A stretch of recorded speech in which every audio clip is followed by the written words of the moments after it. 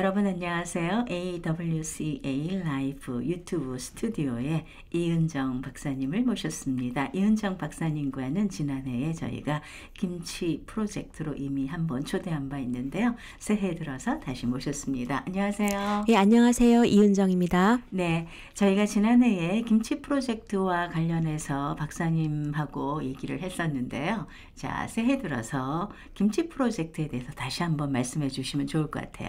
예, 우리 모두 김치를 잘 알 텐데요. 오늘 제가 소개하는 김치는 영어로 Koreans invested in making caregivers health important 줄임말입니다.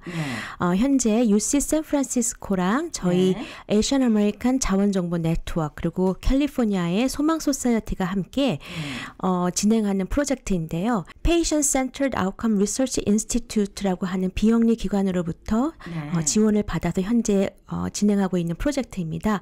저희 김치 프로젝트는 미국에서 현재 진행되고 있는 건강, 특히 치매와 관련된 연구 내용을 저희 한인 커뮤니티에 올바로 문화적으로 적합하게 전달하는 프로젝트입니다.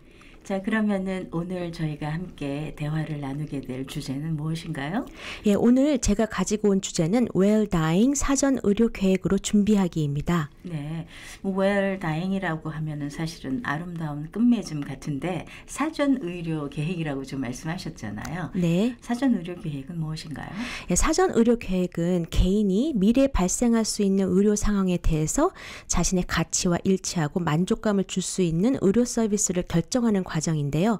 특별히 혹시 들어보신 적 있는지 모르겠지만 사전 의료 의향서 또는 지시서라고 해서 향후에 임종 과정에서 스스로 말하거나 결정을 내릴 수 없게 된 경우를 대비해서 본인의 의료 서비스 결정에 대해 미리 의사를 미리 문서로 작성하는 그런 것도 있습니다. 네, 뭐 저희가 알기로는 대리인, 누군가 대리인을 세우기도 하고 내가 말을 못하게 됐을 때 이제 이런 거를 얘기하는 것 같은데요. 그러면 구체적으로 어떤 것이 있나요?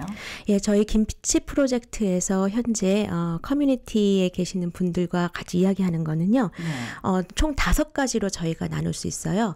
우선 1단계 는 의료 대리인 정하기입니다. 의료 대리인. 네, 의료 대리인이라 하고 하는 것은 아까 말씀드렸다시피 본인이 임종 과정에서 아니면은 질병으로 인해서 스스로 결정을 내리지 못할 때 믿을 만한 사람을 미리 선택해서 그분이 대신 의료 결정을 내릴 수 있게 하는 건데요.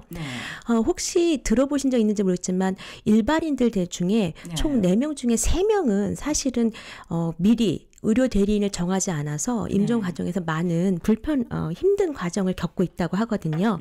그리고 의료 대리인이 결정되지 않았을 경우에는 심지어 다른 가족한테 물론 이렇게 의사가 물어보긴 하지만 어떤 경우에는 판사에게까지도 그 임종 과정의 결정이 정해진다고 합니다.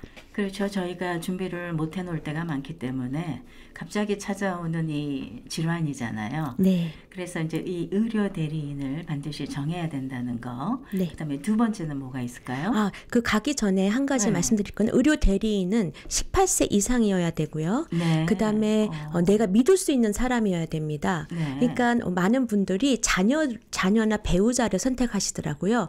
근데 미국에서 또 다른 분들은 또 친구분들이나 뭐 대모 이런 분들도 있고 그래서 가까운 친지나 친구 이런 분들도 하는데 우선 18세 이상 성인으로 내가 믿을 수 있고 나를 대신해서 의료진들과 이야기해 줄 수 있고 나에 대해서 가장 잘 아는 사람을 선택하는 것이 굉장히 중요합니다. 그러면 의료 대리인을 세울 때 한 사람을 세우잖아요, 보통. 네. 그러면 이 한 사람이 또 문제가 생길 수 있어서 혹시 2번째도 세울 수 있나요? 네, 각 주마다 의료 사전 의료 지시서, 사전 의료 의향서 그 폼을 보면은 양식을 보면은 어떤 주는 한 명 만약에 이 사람이 못했을 때 다음 누구한테 물어볼 것인가 이렇게 물어보는 경우가 있어요.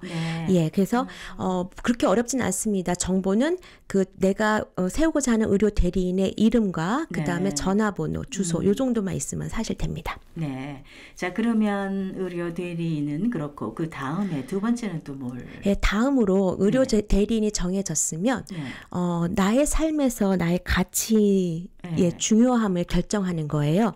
혹시 영화나 드라마나 봤을 때 어떤 그 그 드라마에 나오는 분들이 돌아가시는 과정을 아마 봤을 거예요. 네. 그걸 보면서 어떤 생각을 했는지 나도 만약에 저런 임종 과정에 있을 때 네. 연명 치료를 하고 싶은가 아니면 삶의 질이 떨어지더라도 어떻게든 살고 싶은가 아니면은 네.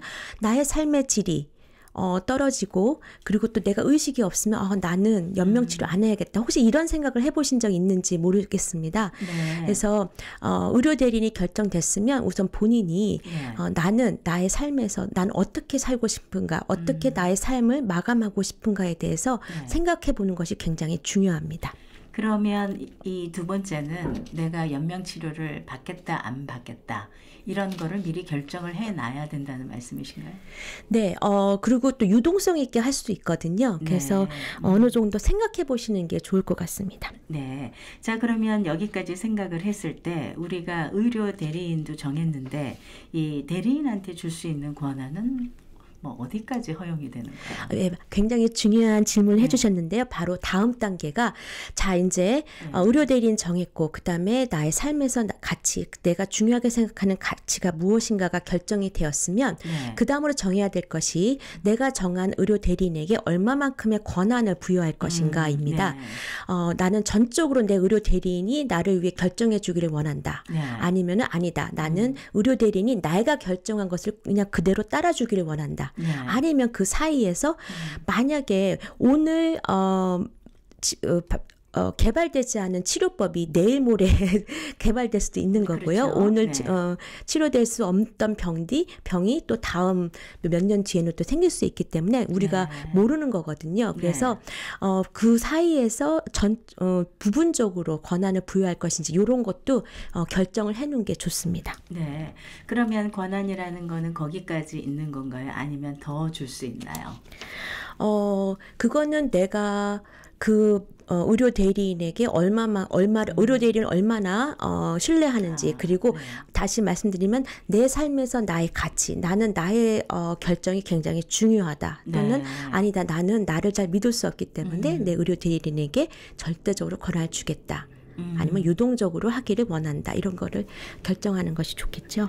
그러면 대리인한테 내 권한은 어디까지 준다는 게 다 서면으로 이렇게 다 작성이 돼야겠죠? 네, 보통 아까 말씀드린 각 주마다 사전 의료 지시서 또는 의향서가 있는데요. 거기에는 얼마만큼 권한을 줄 수 있는지도 이렇게 체크하게 되어 있습니다. 아, 그렇군요. 자, 그러면 의료 대리인이 이제 다 선정이 되고 권한 부여하는 그런 과정이 다 끝났어요. 그 다음에 그러면 환자분께서 하셔야 될 일은 또 뭘 해야 되는 건가요? 이제부터는 네. 주변인들에게 모두 알리는 과정입니다. 네. 혹시 많은 분들이 말씀해 주셨는데요. 혹시 네. 그런 거 보셨나요? 부모님의 임종 과정에서 자녀들 간에 네. 의견 차이가 있어가지고 굉장히 불화가 생기거나 하는 경우가 있습니다. 그렇죠. 네. 그리고 만약에 내가 의료 대리인을 내 가족이 아닌 친구한테 부탁했는데 내 자녀들이나 내 가족들이 그걸 인정할 수 없게 되는 상황이 생길 수도 있거든요. 네. 그래서 의료 대리인이 정해지고 그다음에 내가 얼마만큼 내 삶의 중요한 가치가 결정되고 또 네. 그 의료 대리인에게 얼마만큼 권한을 부여할 것인가를 결정했으면 그다음에는 내 의료 대리인에게 당연히 이야기해야 되고 또 주치의에게 이야기해야 되고 내 가족들에게 이야기해야 되고 친구분들한테 이야기해야 되고 누가 내 의료 대리인인지 나는 내가 얼마만큼 연명치료를 원하는지 아닌지 아니면은 내 의료 대리인이 얼마만큼 내 임종 과정에서 결정을 할 수 있는지까지 다 이야기하는 것이 굉장히 중요합니다. 네. 사실 이 사람이 나의 그 마지막 순간에 결정할 수 있는 대리인이잖아요. 되게 중요한 사람인데. 그럼요. 이 사람을 이제 중요한 사람들한테 당연히 이제 의사는 알아야 되고 가족들도 알아야 되고 그래서 이제 알리는 작업을 다 하잖아요. 네. 자, 그러면은 저희가 well dying이라는 것을 봤을 때 우리가 할 수 있는 모든 프로세스가 다 끝난 건가요? 아니면 또 예, 이런 과정이 되면은 혹시 이런 사전 의료 계획에 대해서 참여해 보시고 그다음에 사전 의료 지시서를 작성하시고 싶으시다면 노인국이나 아니면은 주치의에게도 한번 여쭤보시면 좋을 것 같아요. 그래서 주치의한테 나는 사전의료 계획서, 지시서를 작성하고 싶다라고 했을 때 주치의가 도와줄 수도 있고요. 아니면은 각 주나 노인국 이런 데도 그런 양식들이 있을 수 있습니다. 그리고 또 여기 뉴저지 같은 경우에는 잉글로 병원이라든가 그런 큰 병원에서도 그런 사전의료 지시서 그 양식을 배포하고 있는 것으로 알고 있어요. 그래서 그걸 작성하시면 좋을 것 같고요. 그 다음에 하지만 내가 결정을 내릴 수 있을 때까지 본인은 결정을 내리고 싶어 하시겠죠. 그렇죠. 왜냐하면 나의 삶의 주체는 저기 때문에.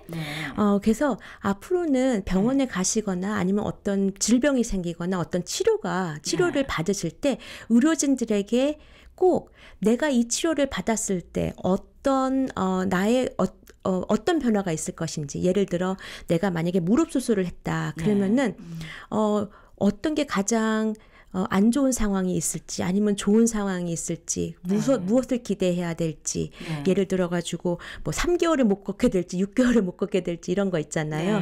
이런 것도 내 삶의 질에 어떤 변화가 있을지를 반드시 의료진에게 미리 여쭤보는 게 중요할 것 같아요. 그거를 물어보지 않고 무조건 의료진들을 믿고 의료진은 물론 좋으시겠지만 그냥 무조건 믿었다가 나중에 이건 내가 생각했던 게 아닌데 그럴 수 있습니다. 그리고 의료진들에게 질문할 때 의료 대리인이나 아니면 다른 분들도 함께 동행해서 꼬박게 꼼꼼히 한번 여쭤보는 그런 습관을 지금부터 가지는 것도 굉장히 중요할 것 같습니다. 이 사전의료 계획이라는 것이 내가 지금 건강한 상태지만 앞으로 있을 일에 대비해서 누구나 다 해놓는 것이 좋을 것 같은데요. 주로 보통은 이제 박사님이 이런 거를 많이 하시다 보니까 이 사전 의료 계획에 실제적으로 참여하는 분들의 참여도가 많이 있나요? 제가 지금 그 워크숍을 다니면서 알려드리는데 그러니까 막연하게 사전 의료 계획, 사전 의료 지시서를 들었긴 했지만 실질적으로 아직 커뮤니티에서 많이 교육이 안 되고 있는 것 같아요. 근데 제가 우리 김치 프로젝트가 미국에서 연구되어진 결과를 한국 문화에 적합하게 제가 전달하는 거라고 했잖아요. 저희 그 프로젝트에서 사용한 그 프라미스라고 하는 연구 프로젝트를 보면은 커뮤니티 교육이 이루어진 이후에 사전 의료 계획에 참여하는 그러한 빈도수가 굉장히 높아졌고요. 그전 사전 의료 지시서를 작성하는 것도 교육 이전에는 거의 뭐 10%도 안 됐지만 이후에는 50%까지 증가했다는 그런 연구 결과가 있어요. 그만큼 우리 커뮤니티에서 보다 많은 홍보와 그런 교육이 필요할 것 같습니다.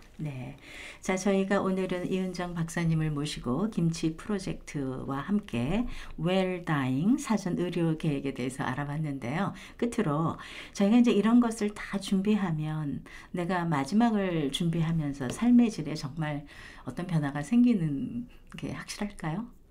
어떻게 생각하세요? 미리 준비한다는 차원에서 굉장히 중요할 것 같습니다. 그냥 막연하게 뭐 이런 일이 있을 수도 있는데 생각하고 싶지 않아. 하지만 내 삶의 주체는 저고 하기 때문에 미리 준비한다는 차원에서 굉장히 중요한 과정이라고 생각합니다. 자, 오늘 저희 스튜디오에는 이은정 박사님 함께했습니다. 감사합니다. 감사합니다.